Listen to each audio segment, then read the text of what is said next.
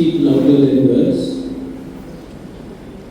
First of all, to all the dignitaries who are right here up in the front, the MLAs, the MDCs, Vice Chancellors, all the young students. All I want to say is that tomorrow is Maharaja Veer Bikram's 118th birthday. Many young people will say, why should we talk about someone who was born 100 plus years ago? Is he relevant in this day and age of AI, in this day and age of modernity? Is he relevant because he's no longer alive? He passed away in 1947. And frankly speaking, I'm not here to convince every one of you whether he was relevant to you or not, because he is relevant to me. Today, when I fight for my indigenous people, I fight on the path which he laid down for us. Today, when I ask for land rights for my indigenous people, it is because Maharaja Veer Bikram in 1941 reserved the land for the Hani Pusat. And that land that he reserved, through a proper gazette notification, was removed by an act of TLR Act.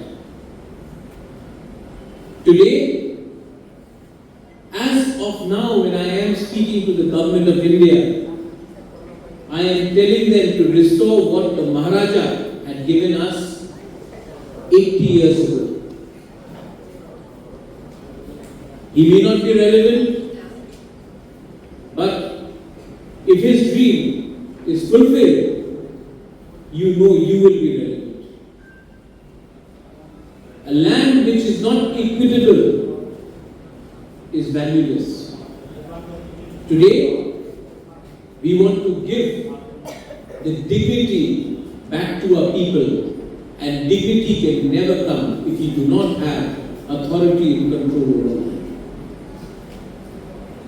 People celebrate Maharaja's birthday.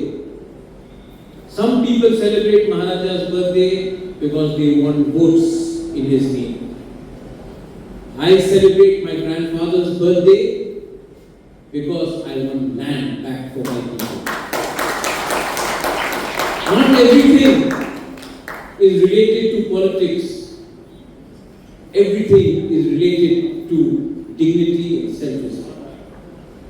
I remember what the intact convener, my elder sister, was talking about 2008. Shama Charan Tripura, Nagendra Chamatya, my mother, we all faced a lot of difficulties in celebrating Maharaja's 100th birthday. I remember the program was held in Town Hall. I remember that we did not have much money.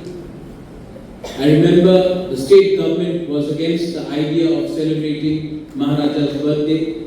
I remember opposition and ruling government got together and decided to name the airport not in Maharaja's name but in somebody else's name. I remember one man stood up, B.K. Ranghal, and opposed it while 59 of them were on the other side. But today, things have changed. The people may have changed their parties. They have also changed because today we are united. And we cannot be taken lightly. So, what does Maharaja Veer Bikram teach you? What is he to you?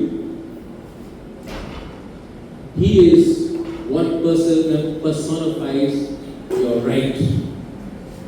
If the Maharaja can give you the constitution. Many people may not be aware that the constitution of Tripura is older than the constitution of India. And the Maharaja made sure that there was democracy before democracy actually came to India, when he said there will be a multi-party system. So, for some people who are ignorant, who are illiterate, and who have agenda, they have tried to tell my poor Tiprasa people for 50-60 years, आपका राजा तो खराब था, आपका राजा तो अच्छा नहीं था। अगर राजा नहीं होता तो आपको ईस्ट पाकिस्तान से त्रिपुरा में आने के लिए जगह नहीं मिलता। लेकिन that is propaganda. Today, whether it is Kavi Guru Rabindranath Tagore, today, whether it is the planning of Agartala city, MBB college, our land rights, whether it is about the airport, these are all contributions of Maharaja Bir Bikram. Can I ask some of the young people, क्या उम्र था महाराजा का? When he passed away, he was 39 years old. हम तो 39 years में कुछ नहीं किया, इन्होंने तो 39 years की उम्र में नक्शा बदल दिया।